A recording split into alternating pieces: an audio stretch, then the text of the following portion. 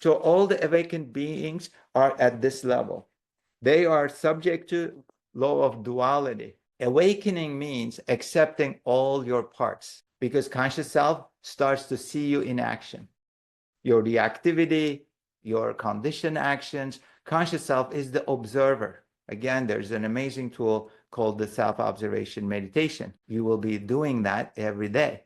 Your mind is so automatic. Just doing that 30 minutes will give you amazing space, and we will build on it. Okay?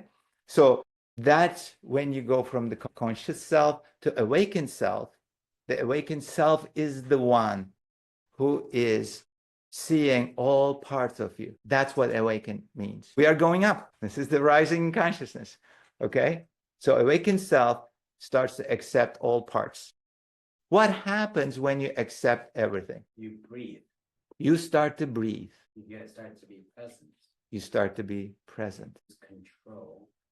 You have no desire to everyone else as they are. Exactly. That is the awakened state. That is exactly acceptance, and it creates the presence. When you look at these consciousness levels, think about them as fragments of your life on a daily basis. Okay?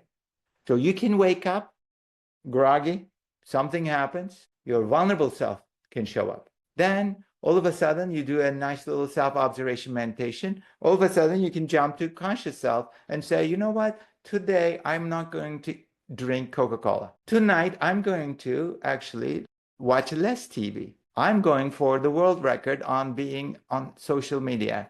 Watch me. Minimum exposure.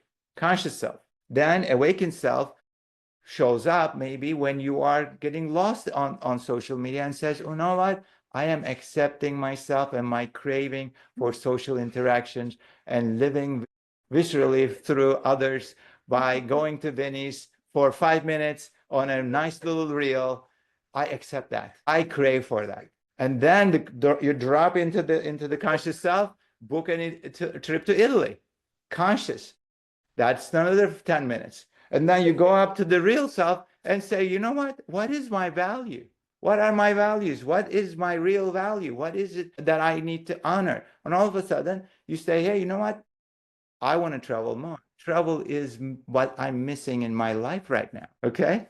So what is real self is subject to? It is subject to law of growth. Again, real self lives to express its true nature. That is the level, and is subject to law of growth because it is absolutely for your growth.